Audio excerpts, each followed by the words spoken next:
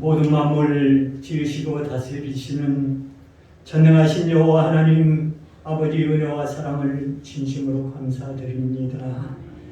2023년 새로운 한 해를 열어주시고 예배의 자리에 인도하심에 감사드립니다. 하나님 아버지, 올 한 해도 모든 것 하나님께서 하십니다. 하나님 말씀만이 우리를 살립니다. 하나님 앞으로 한 걸음 한 걸음 더 가까이 가는 한 해 될 수 있도록 하나님 인도하여 주시옵소서. 귀한 제단 인도하시고 사업장에도 복의 복을 허락하시사 번성케 하시며 지켜주시옵소서. 올 한 해도 은혜를 사모하게 하시고 은혜 받아서 올 한 해도 은혜로 살아가야만이 기쁨이 있습니다. 아버지 은혜 충만하게 채워주시옵소서. 이 시간 거룩하고 복된 주일 온 나라가 예배드립니다. 신령과 진정으로 예배드리며 하나님을 경외하며 민족적으로 회개하고 돌아오는 복음의 역사 있게 하여 주시옵소서. 코로나 바이러스와 함께 살아가야 됩니다. 바이러스 살기 좋게 환경을 만들었습니다. 죄악입니다. 불쌍히 여기사 궁유를 베푸시어 치료하여 주시옵소서. 노년에 계신 장로님, 권사님, 실사님 늘 위로하여 주시고 건강 주시어 하나님 주시는 힘으로 살아가게 하시고 영혼의 건강함 주시옵소서. 우리 장로님들 늘 건강 주시옵소서. 오늘도 병원에서 치료받고 계시는 우리 집사님 또한 가정에서 가려 중인 모든 분들 건강 주시옵소서. 말씀 전하실 목사님 성령 충만 주시어서 은혜의 시간 되게 하시며 우리 사모님에게도 건강 주시옵소서.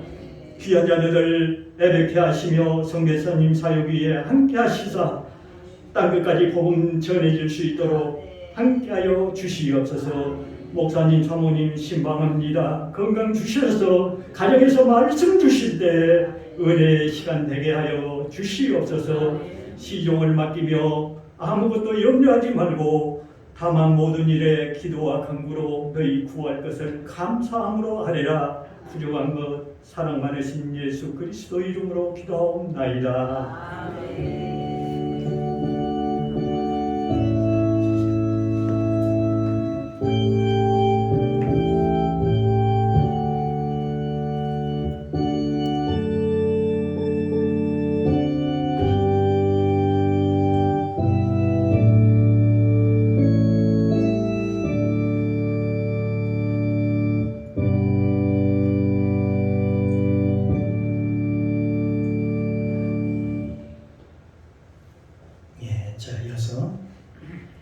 하나님께서 우리에게 주시는 축복의 말씀 보겠습니다. 신약성경입니다. 마태복음 10장 34절로 39절까지 말씀입니다. 제 성경책 신약성경 16면입니다. 제가 먼저 봉독합니다. 돌아가면서 함께 봉독하고 마지막 절 함께 봉독하도록 하겠습니다. 34절 제가 먼저 봉독합니다. 내가 세상에 화평을 주러 온 줄로 생각지 말라. 화평이 아니요 검을 주러 왔노라. 내가 온 것은 사람이 그 아기와 딸이 그 어머니와 며느리가 시어머니와 돌아가게 하려 하니 사람의 원수가 자기 집안 식구리라. 아비와 어머니보다 더 사랑하는 자는 내게 합당치 아니하고 아들이나 딸을 보다 더 사랑하는 자도 내게 합당치 아니하고 또 자기 십자가를 지고 나를 쫓지 않는 자도 내게 합당치 아니하니라. 자기 목숨을 얻는 자는 잃을 것이요 나를 위하여 자기 목숨을 잃는 자는 얻으리라. 아멘. 아버지 하나님 은혜 감사합니다. 아버지께 참으로 예배한 자들은 신령과 진정으로 예배할 때가 오나니 곧 이때. 아버지께서는 이렇게 자기에게 예배하는 자들을 찾으시느니라. 하나님은 영이시니 예배하는 자가 신령과 진정으로 예배할지니라. 오늘도 하나님 앞에 진정과 신령으로 예배드리기 위해 이렇게 모이는 하나님의 백성들 위해 하나님의 영으로 함께 하시고 일주일 동안 하나님 우리 가운데 주셔서 이렇게 복된 날 주셔서 주님 앞에 나와 마음껏 하나님을 찬양하게 하시고 또 믿음으로 기도하게 하시고 또 생명의 말씀을 믿음으로 받게 하시니 감사합니다. 이 시간은 하나님 말씀을 받는 시간입니다. 말씀이 생명입니다. 오늘 이 말씀을 받는 자는 살아난다고 했습니다.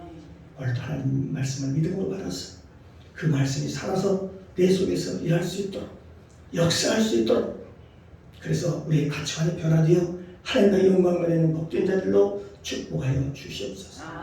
이 시간 성령님 모시고 인정하고 환영하오니 충만하게 임재하옵소서.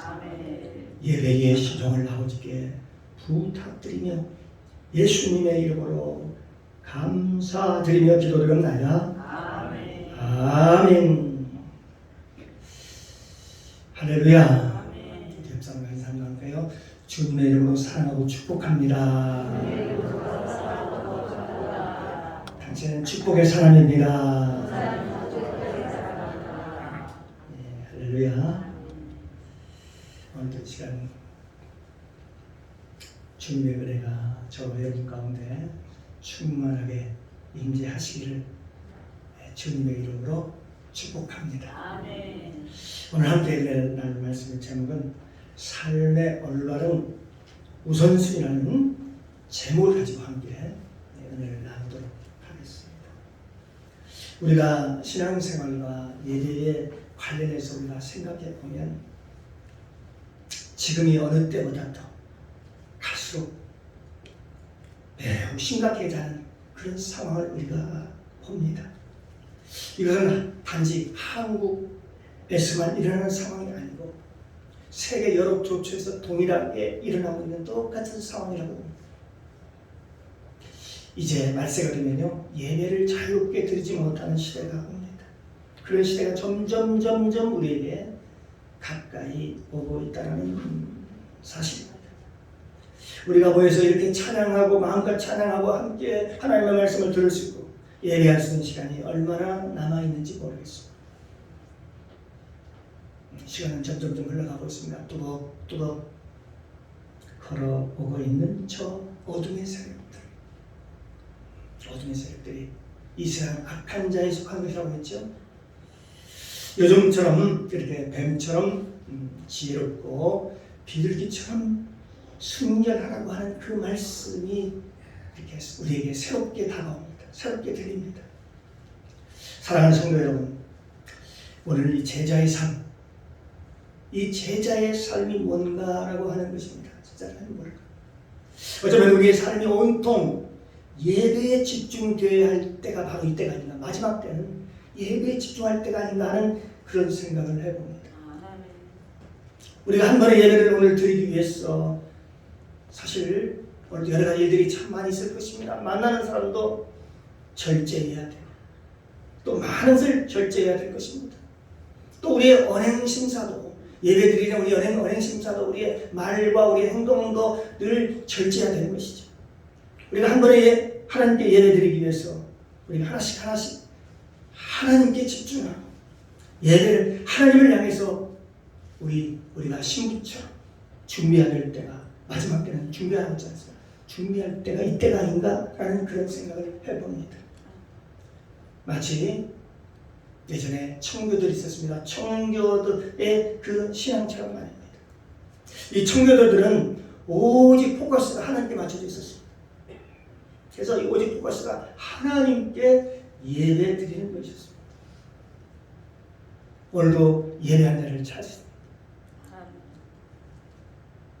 참으로 하나님께 예배하는 자는 신령과 진정으로 예배할 때가 오나니 곧 이때라. 아버지께서는 이렇게 자기에게 예배하는 자들을 지금도 찾고 계십니다. 그 주인공이 저와 여러분이 되시기를 주님의 이름으로 축복합니다. 사랑하는 성도 여러분, 교회가요, 교회는 천국이 아닙니다. 좀 이상의 말이 들지 보이나 그러나 이 교회는 그리스도의 공동체 맞습니다. 사랑의 공동체라고 우리가 얘기를 합니다. 그러나 이 교회가 진정한 사랑의 공동체일까요? 진정한 사랑의 공동체, 하나의 것이기에 예수님의 것이기에 아닙니다. 예수께서 내가 죄인을 부르러 왔다고 그랬어요. 내가 의인을 부르러 온 것이 아니라고 얘기하고 있지 않습니까? 그렇기 때문에 사도 요한 1, 2, 3서를 쓴 사도 요한, 그 사랑의 사도라고 하는 그 사도 요한은 이렇게 사랑을 크게 외쳤습니다. 거기 보면 요한 1, 2, 3서를 보면 사랑이라는 데가 수도 없이 나옵니다. 이 사도시대에도, 그 당시에 사도시대에도 사랑이 너무너무 부족하니까, 그 공동체 속에서 사랑이 너무너무 부족하니까 너희가 사랑하지 아니하면 그리스도의 사랑이 아니니라. 너희가 사랑하지 않으면 그리스도의 사랑이 아니라고 해요. 얼마나 사랑의 사도 요한이 그때 당시 교회를 볼 때에 얼마나 가슴이 아프고 그 교회를 바라볼 때에 마음이 힘들었으면 그 사랑의 이야기를 그렇게도 많이 그렇게 하고 그렇게 기록해 놨을까요? 우리 반증적으로 얘기해 줄 수 있는 것이죠. 사랑하는 성도 여러분, 교회는 공의의 집단도 아니고 하나님께서 사랑의 집단이라고 분명히 얘기를 합니다. 사랑의 공동체라고 얘기를 하지만 이 교회는 온전한 사랑의 공동체는 바로 천국에 갔습니다.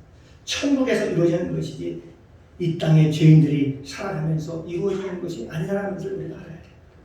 그렇기 때문에 여러분, 사람을 보면서 실망하고 때로는 그걸 보면서 실족하기도 하지만 절대 그 실족하지 않기를 바랍니다. 네, 사랑의 대상입니다. 그래서 이 땅의 죄인 삶에서 이루어지는 것이 아니기 때문에 그렇습니다. 이 사랑이라는 것은 어디서 시작되나? 내 마음 속에서, 내 마음에서 하나님의 나라가 이루어지고 내 안에서 시작되는 것입니다. 하나님의 나라는 여기 있다 저기 있다가 아니라 너희 안에 있느니라. 너희 안에 하나님의 나라가 있다. 이 사랑의 나라는 어디서 시작된다고요? 내 마음에서 시작되는 거예요. 바로 나로 말미암아 점점점 확산이 돼서 확산이 되고 점점 확산이 돼서 그래서 이 사랑의 공동체는 바로 나로부터 시작됩니다. 바로 저와 여러분부터 시작됩니다. 화평의 나라도 마찬가지입니다. 화평의 나라도 바로 나로부터 시작됩니다. 신앙의 나라도 마찬가지입니다. 신앙의 나라도 바로 나로부터 시작합니다. 하나님의 나라는 성령 안에서 의와 평강과 희락이다 그렇게 말씀하고 있습니다. 내가 그리스도와 연합하여 살아갈 때 나로 말미암아 새로운 나라의 시작. 마치 예수님께서 이 세상에 오셔서 이 사도 요한이 그 안에서 살고자 그 안에서 하나님 나라를 가지고 살아갔던 것처럼 나로 말미암아 하나님 나라가 새로 시작이 되는 것입니다. 여러분도 시작해서 여러분 가정에서 하나님 나라가 이루어져야 되는 것입니다. 천국을 이루어야 되는 것입니다. 그래서 오늘 이 복음이 증거되고 난 뒤로부터 여기 오늘 보니까 본문 35절 36절에 이렇게 기록되어 있습니다. 35절 30절 한번 같이 한번 읽어볼까요? 내가 온 것은 사람이 그 아비와 딸이 어미와 며느리가 시어머니와 부러워하게 하리라 하니 사람의 원수가 자기 집안 식구리라. 사람의 원수가 자기 집안 식구라 이렇게 얘기를 합니다. 사랑하는 성도 여러분, 이 말은 예수 믿는 저와 여러분에게도 포함되는 얘기지만 예수 믿지 않는 사람에게도 동일하게 똑같이 포함이 됩니다. 예, 우리 집안에 예수를 믿지 않는 사람이 있으면 그것 때문에 불화가 시작되는 것이죠. 신앙의 차이 때문에 불화가 시작되는 것이죠. 우리가 코로나를 경험하면서 우리가 예배를 드릴 때 우리가 경험했지 않습니까? 타 교회 성도들이 우리가 예배를 빠지고 계속 드릴 때에 흉을 봅니다. 우리 성도들을 향하여. 왜 우리 교회는 교회를 안 가는데 너희는 교회를 가냐? 여러분, 세상 사람들은요 교회에 가는 것에 대해서 그렇게 말하지 않습니다. 교회 가면 그렇게 거룩한 거, 참 교회는 참 좋은 곳이라고 알고 있죠.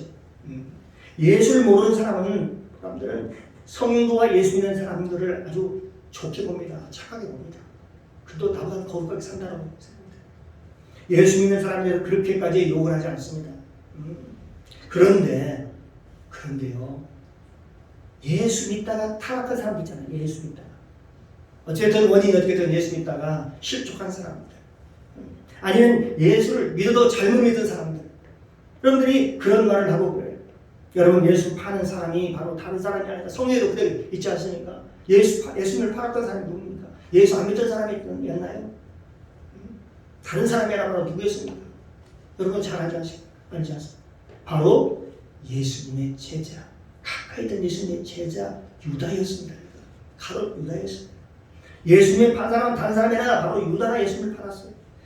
우리가 그런 얘기를 들을 때마다 내가 그런 생각을 합니다. 도대체 그분들이 어떤 설교를 들었길래, 또 저 성도가 무슨 설교를 들었길래 저런 생각을 가지고 살까? 도대체 어느 교회에서 신앙생활을 했기에 저렇게 얘기할 수 있을까? 믿는 사람들이 더 욕을 하는 거예요. 믿어도 매지간히 믿어라. 적당히 믿어라, 적당히. 그런 안타까움이 있습니다. 오늘 성경의 불화는, 이 불화, 화평이 아니죠. 불화는 가정에서부터 일어나는 것입니다. 가정에서. 코로나가 있으니까 어떤 믿음이 없는 자녀는 부모가 신앙생활하는 것을 방해합니다. 어머니, 아버지, 교회 나가면 안 되죠. 안 됩니다. 그럴 때 그 어머니, 그 부모들이 어떻습니까? 신앙생활 잘 하지 못하게 되는 거지. 자녀들 눈치를 보면서. 또 믿음이 없는 그 어머니는 그 어린 아이들을 교회에 보내지 않습니다. 야, 교회 가면 거기 위험해. 최고로 위험한 데가 교회야. 사람이 많이 모이는 곳이야. 거기 가지 마라. 어머니가 자기의 자녀들의 신앙을 막아버립니다. 왜요? 믿음은 어디서 생겨요? 들음에서 생겨요. 믿음은 들음. 하나님의 말씀을 들을 때 믿음이 생겨요. 교회 가서 하나님의 말씀을 듣지 못하는 것을 못하게 하니까 어떻게 믿음이 자랄 수 있을까요? 그러니까 오늘 말씀대로 원수가 밖에 있는 것이 아니라 원수가 너희 안에 있느니라. 너희 안에 있다. 너희 가정 안에 있다는 거예요. 그렇게 주님께서 지금 말씀하고 계시는 것이죠. 왜 불화가 일어나는 것일까요? 그 이유를 잘 살 거면 왜 불화가 가정에서 불화가 일어날까? 그것은요 바로 우선순위가 달라지기 때문에 어디다 우선순위를 두느냐에 달려있는 것이죠. 인간은요 하나님보다 자신이 인간이 더 사랑받기를 원합니다. 그렇기 때문에 우선순위가 달라지면 어떻습니까? 하나님을 믿는 것, 하나님에 대해서 소홀히 하게 될 수밖에 없죠. 내가 최우선이 되어야 되는데 왜 하나님이 최고의 우선이지? 사랑하는 아내가 예를 들어서 자기한테 약속을 합니다. 그리고 주일날 그러고 나서는 주일날 교회 가야 한다고 하니까 남편이 화가 나기 시작합니다. 아니 당신 말이야 신앙도 좋지만 내가 남편인데 당신은 누구 말을 들어야 돼? 내 말을 들어야 돼. 내 말을. 나하고 약속했잖아. 예, 그렇습니다. 사람들에게 불화가 일어나는 이유가 원인이 뭐냐면 바로 우선순위가 달라지기 때문에 그렇다고 봤습니다. 삶의 우선순위가 달라지기 때문에 그렇습니다. 저와 여러분이요 어디에 집중을 해야 되냐면 하나님께 집중을 해야 됩니다. 그리고 하나님께서는 예배에 집중을 해야 되는 것입니다. 예배에 성공을 해야 되는 것입니다. 예배에 성공해야 여러분의 범사의 모든 일들을 하나님이 함께 하신다는 것입니다. 마태복음 10장 37절에 보면 아비나 어미를 나보다 더 사랑하는 자는 내게 합당치 아니하고 아들이나 딸을 나보다 더 사랑하는 자도 내게 합당치 아니하고 그렇게 성경에 말씀하고 있습니다.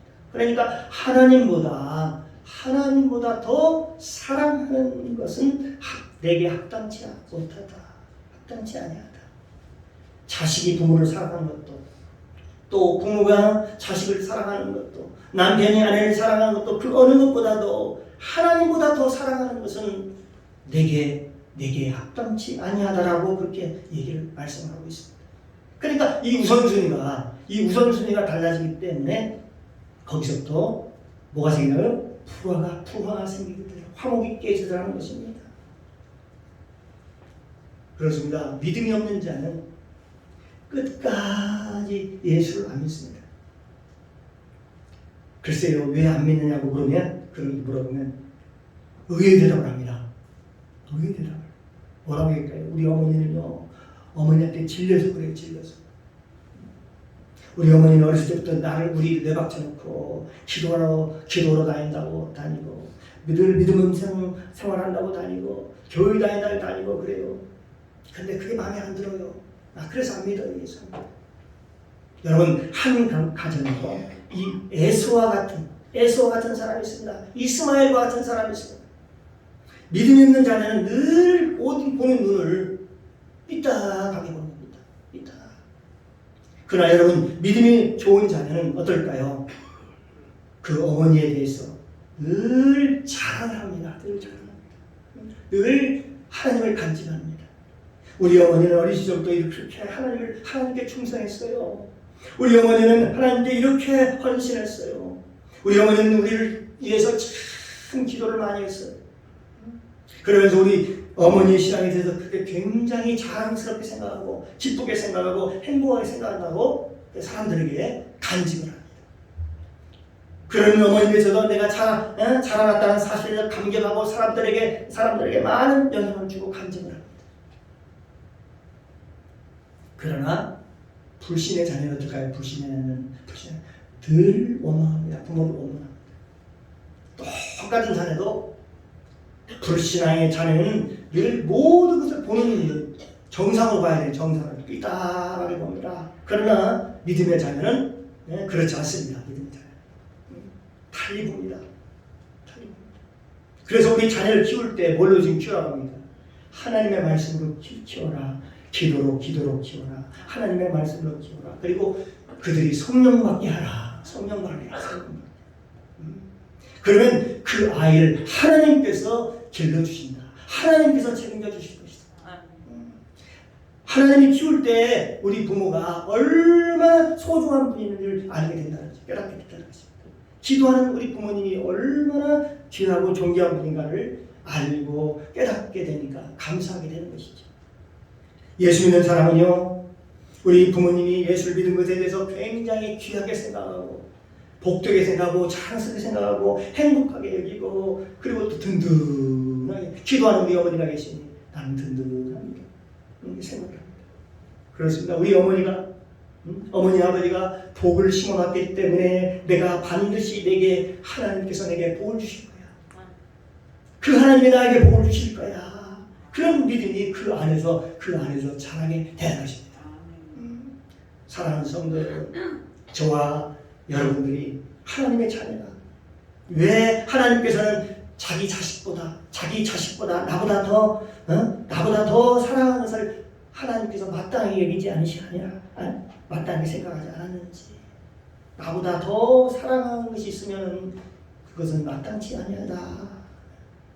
왜 그럴까요? 왜 하나님께 그런 말씀을 드렸다. 나보다 더 사랑이 있으면 내게 마땅치 않다. 옳지 않다. 왜 그러냐면 그것 때문에 그것이 올무가 되고 우상이 되어버리기 때문에 그렇습니다. 자식이 우상이 되고 물질이 우상이 되고 다 우상이 되고. 그래서 하나님께서는 창세기 보면 창세기 10장부터 나오지 아브라함에 대한 얘기가 합니다. 아브라함에게 이삭을 드리라고 했습니다. 아브라함은 100세에 난 독자 이삭을 도저히 100세에 낳을 수 없는 그런 상황이었었죠. 병원에 가서 봐도 낳을 수 없다고 했고 도저히 낳을 수 없는 그런 상태. 또 뿐만 아니라 아내도 이미 경수가 끊어졌어요. 아예 낳을 수 없었어요. 자연적으로는 거의 불가능합니다. 그럼에도 불구하고 하나님이 준 그 아들, 여러분 그 아들이 얼마나 귀하고 또 귀하겠습니까? 성경에 보면 미드라시라는 게 있습니다. 참 재밌는 얘기가 있습니다. 이스라엘에 가면 성경이 최고의 권위죠. 성경, 그 다음에 미드라시, 그 다음에 탈무드, 이 세 가지를 굉장히 거기 살 사람들은 굉장히 소중하게 생각합니다. 그 중에 미드라시라는 게 있습니다. 이 미드라시에 보면은 굉장히 때마다 이 아브라함에 대해서 잘 이렇게 말씀이 전해지고 있는데요. 아브라함이요, 그 이삭을 낳고 나서 얼마나 즐거웠던지 잔치를 하고 그 자녀를 위해서 사람을 불러서 축하를 하고 그랬다는 것이죠. 대잔치를 배설을 했다는 것이죠. 그런데 아주 그것도 성대하게, 그리고 너무 행복해서 너무너무 하나님께 감사해서, 그런데 어느 날 갑작스럽게 하나님께서 야, 그 독자를 내게 바쳐 번제로 드려라, 이런 청천벽력 같은 얘기를 듣게 되는 거죠. 여러분, 그게 그 결단이 그렇게 쉬웠겠느냐고 보는 것입니다. 어렵겠죠. 사랑하는 성도 여러분, 그리고 이 제자의 삶이라는 것이요, 제자의 삶이라는 것은 하나님을 가장 사랑하는 것입니다. 그런데 이 제자의 삶을 어떻게 우리가 이뤄낼 수 있을까 하는 것이죠. 어떻게 하면 하나님을 더 사랑할 수 있을까 하는 것이죠. 이 세상에 그 어떤 것보다도, 그 부모보다도, 세상의 명예보다도, 권세보다도 어떻게 하면 하나님을 더욱더 사랑할 수 있을까. 그의 방법이 나와 있는 게 보니까 마태복음 10장 38절 말씀 한번 같이 한번 읽어보겠습니다. 시작. 또 자기 십자가를 지고 나를 쫓지 않는 자도 내게 합당치 아니하니라. 그러니까 이거니까 나를 부인을 해야만 나를 부인을 해야만 제자의 삶을 살아갈 수 있다라고 지금 얘기하고 있는 것입니다. 나를 부인하는 것 쉽지 않죠. 나를 부인하는 게 도대체 뭘까요? 나를 부인하는 거예요. 우리는 시세대로 변한 내 기분, 그리고 내 알팍한 내 자존심, 그게 바로 납니다. 사랑하는 성도 여러분, 내 욕망 채우려고 하는 것, 그게 인간의 욕망, 그다음에 우리 꿈, 내 꿈, 내가 가진 비전, 이런 것들을 얘기하는 것이죠. 사랑하는 성도 여러분, 그러나 하나님이 내게 주신 비전은 반드시 이루어집니다. 야곱에게도 하나님께 준 비전을 하나님께서 이루셨어요. 약속하면 그 약속을 이루셨어요. 내가 너와 함께 있어. 네가 어디로 가느니 너를 지키며 너를 이 땅으로 돌아오게 하리라. 내가 네게 허락한 것을 다 이루기까지 내가 너를 떠나지 아니하리라. 이러면 내가 너와 함께 하리라. 하나님께서 약속하시고 그 말씀을 이루시는 분이 하나님이십니다. 그렇습니다. 우리에게 주시는 하나님이 주신 비전은요, 우리가 하나님께 순종만 하면 기적은 일어납니다. 하나님 우리에게 준 비전은 천지가 개벽되어도 하나님의 말씀은 1.1획도 변함이 없기 때문에 반드시 이루어집니다. 대저 하나님의 모든 말씀은 능치 못하시니 없느니라. 하나님 말씀은요, 1.1도 틀림없다. 하나님 말씀 그대로 이루어진다고 말씀하고 있거든요. 나를 향한 비전, 내가 가진 비전, 내가 가진 야망, 내가 가진 꿈, 내가 가진 비전, 이런 것들은요, 다 이 세상에서 다 이루어진다. 설사 세상으로 잘 이루어진다 하더라도 어떻게 될까요? 그건 마치 모래 위에 쌓은 성 같아요. 모래 위에 쌓은 성처럼 결국은 다 무너지고 만다는 것입니다. 다 무너질 거예요. 다. 모래 위에 세우라는 것은 바로 성경에서 뭐랍니까? 그래서는 반석에서 그 말은 반석은 예수님을 의미하고 있는 것이죠. 반석은 예수님을 얘기하지만 그러나 모래 위는 내 자아를 얘기합니다. 내 자. 반석은 하나로 되어 있죠. 반석은 하나의 돌덩이로 되어 있죠. 모래는 조그마한 모래 있잖아요. 아주 눈에 보이는 그런 조그마한 그런 모래알로 되어 있지 않습니까? 그 아주 작은 내 감정, 내 자존심, 열등감, 야망, 탐욕, 이런 작은 모든 구성 요건으로 이루어져 있어요. 작은 모래알처럼. 그렇기 때문에 그 위에 집을 지으면 어떻게 될까요? 반드시 무너지게 되는 것이죠. 거기에 집을 지으면 인생의 집을 지으면 반드시 비가 내리고 창수가 나고 바람이 불고 다시 한번 어려움이 찾아오면 고난이 다가오면 어떻게 될까요? 다 무너지고 만다는 것입니다. 전부 다 무너지고 만다는 것입니다. 왜요? 모래 위에 집을 짓지 말라 그렇게 말씀하셨어요. 그러면 모래 위에 집을 짓지 말라 그 얘기는 바로 백사장 위에다가 집을 짓지 말라라는 걸로 여러분 생각하십니까? 그게 아니지 않습니까?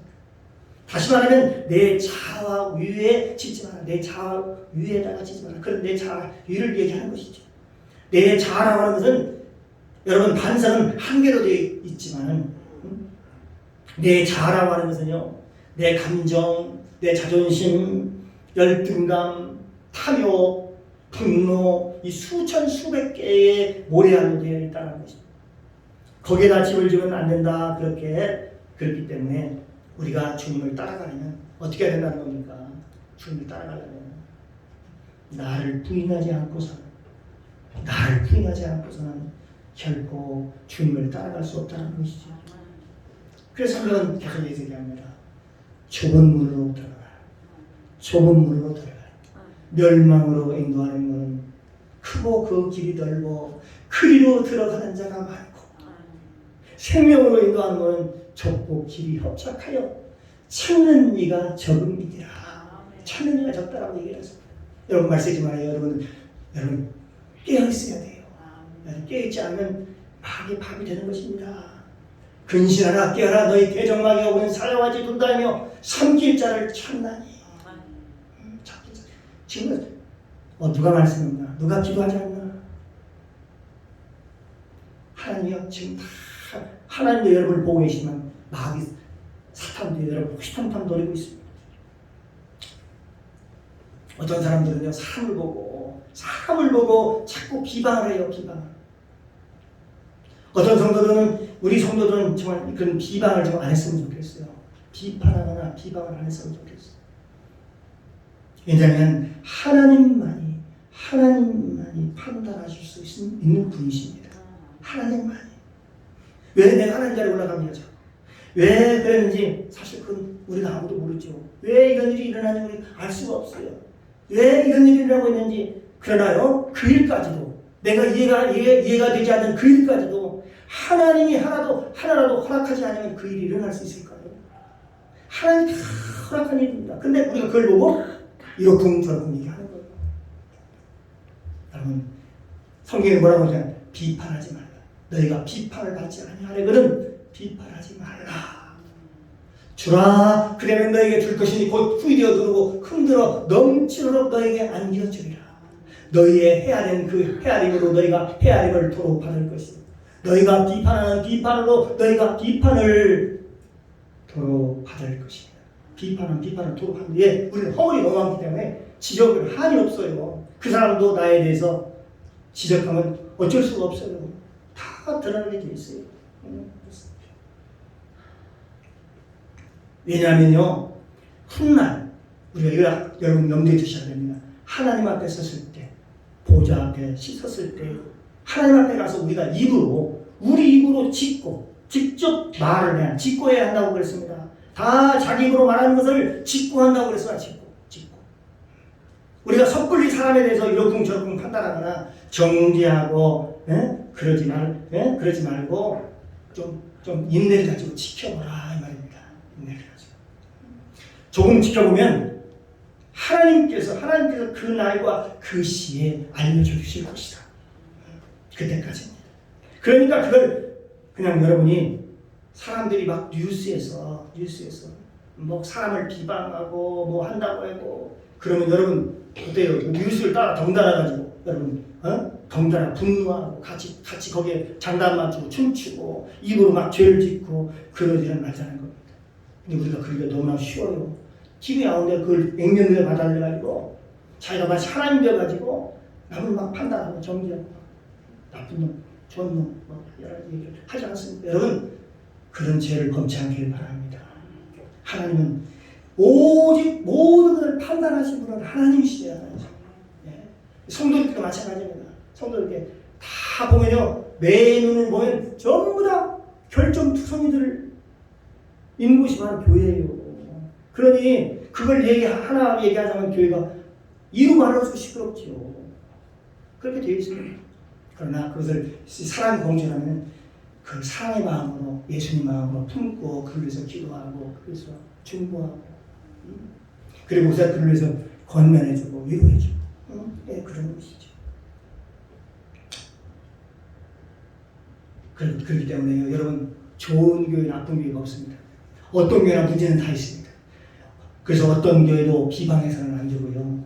어떤 사람도 우리가 판단과 정죄를 해서는 안 되는 겁니다. 왜 사람들은 주님을 따라가지 못할까요? 나를 부인하지 못하기 때문에. 나를 부인하지 못하기 때문에 그렇습니다. 그래서 자기 십자가를 지고 나를 따르지 않는 자도 내게 합당치 아니하니라. 이러한 삶은 나를 따르는 자는 바로 자기를 부인하는 자입니다. 나의 모든 것을 십자가에 못 박는 것입니다. 십자가라는 것은 자기를 부인하는 것입니다. 자신을 부인하고 예수님을 내 안에 모셔서 성령님을 인정하고 환영하고 모셔드리고 의지하오니 나를 주장하여 주시고 나를 진리 가운데로 인도하여 주시옵소서. 내가 주님을 따르겠습니다. 사랑하는 성도 여러분, 우리가 예수님을 얼마나 사랑해야 될까요? 얼마나 사랑해야 될까요? 진짜 사랑이 뭔지 아십니까? 예수님이 진짜 사랑하는 것이 나를 부인하는 게 진짜 예수님을 사랑하는 거예요. 나를 부인할 때만이 진짜 예수님을 사랑할 수 있다니까요. 마태복음 10장 39절에 보면 39절 한번 같이 봅시다. 39절 마치겠습니다. 시작. 자기 목숨을 얻는 자는 잃을 것이요 나를 위하여 자기 목숨을 잃는 자는 얻으리라. 그렇게 얘기 말씀하고 있잖아요. 우리가 우리를 부인할 때 그때 주님을 얻게 되는 거죠. 주님이 내 안에 들어오시는 거예요. 나를 부인할 때 주님이 내 안에 들어오시는 거예요. 누가 신앙생활이 뭐냐고 물어보면 신앙생활을 교회는 전도하는 거야. 기도하는 것이지 말씀 받는 것이지 이라고 얘기를 합니다. 다 좋습니다. 그러나 신앙을 한마디로 정의하자면 뭘까요? 바로 예수님 말씀처럼 나를 부인하고 예수님을 내 마음에 내 주위에 모셔드리는 겁니다.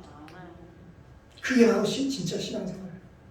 내 생각과 내 감정이 충돌할 때 그리고 말씀과 충돌할 때 말씀을 따라가는 그것이 바로 나를 부인하는 것입니다. 이 세상에 사는 방법이 있습니다. 첫째는 예수 안에 사는 것입니다. 우리가 예수 안에 살면 정죄함이 없다고 했습니다. 그러므로 이제 그리스도 안에 있는 자에게는 정죄함이 없나니 이는 그리스도 예수 안에 있는 생명의 성령의 법이 죄와 사망의 법에서 너를 해방하였습니다. 그러니까 예수 안에 있을 때에 그러니까 나를 부인해야 내가 예수 안에 들어갈 수 있어요. 또 나를 부인해야 예수님이 내 안에 들어오실 수 있습니다. 두 번째는 순교할 수 있는 마음, 순교할 수 있는 신앙, 이걸 준비하는 것입니다. 이 순교하는 신앙, 나하고는 상관이 없다고 생각하시는 분들이 있을지 모르겠습니다. 그렇지 않습니다. 이거 아무나 하지 못하죠. 아무나. 우리의 신앙은 앞으로요, 순교할 수 있느냐 없느냐에 달려 있습니다. 보통 때가 아니에요. 이제 말세지만은요, 예수를 믿는 것 자체가 죽으면 목숨과 달려 있어요. 그리고 표를 받지 않으면 매매도 할 수 없고 살 수도 없어요. 그럼 어떻게 돼요? 순교밖에 없잖아요. 이제 이런 시대가 도래하게 된다는 말세지만은 온다는 사실을 여러분 인식하셔야 됩니다. 그리고 마지막 세 번째는 준비하는 신앙입니다. 여러분 준비하시기 바랍니다. 그때가 언제인지 몰라요. 그 신은 아무도 모른다. 아버지도 모르고 아들도 모르고 아무도 모른다. 오직 하늘에 계신 아버지만 아시는 일. 아버지만 아시는 일. 지금부터 우리가 준비해도 시간이 그리 많지 않습니다. 신앙은 하루아침에 이루어지지 않습니다. 노아는 하루아침에 방주를 짓지 못했어요. 120년이라는 세월을 지었듯이. 우리 하루아침에 방주가 지어지는 집이 아니에요. 방주는. 그렇죠. 저와 여러분 매일매일 방주를 짓는 그런 삶을 살아야 되는 것입니다. 저와 여러분이 그런 삶을 지금부터 준비하고 믿음으로 살아가시기를 주님의 이름으로 축원합니다. 그래서 마지막 때에 사는 성도로서의 모습으로서 그리스도 안에서 살아가고 그리고 순교할 수 있는 그런 믿음을 달라고 기도해 주시고 내 힘으로 할 수 없으니까. 그리고 마지막 때를 준비하는 그런 준비하는 그런 시간을 갖는 것이 마지막 시대 우리 사는 우리들의 신앙의 모습이 아닐까 생각이 듭니다. 기도합니다. 사랑의 주님 감사합니다. 주의 은혜가 넘치고 기쁨이 충만하게 하시고 하나님의 기름 부으심이 가득하게 도와주옵소서. 보혜사 성령님이여 바람같이 불같이 생수같이 많이 하옵시고 우리가 예수 안에서 복되고 거룩하게 하시고 존귀케 하시고 성령으로 충만함을 입어 제자의 삶을 살아갈 수 있도록 도와주시옵소서. 이제는 우리가 새로운 청교도적인 삶을 살아가야 될 때가 되었습니다. 하나님 아버지, 우리 힘으로 되지 않습니다. 우리가 그런 삶, 거룩한 삶을 살게 하시고 깨끗한 삶을 준비해서 하나님 앞에 나아갈 수 있도록 도와주시옵소서. 감사드리며 예수님의 이름으로 기도드리옵나이다. 아멘.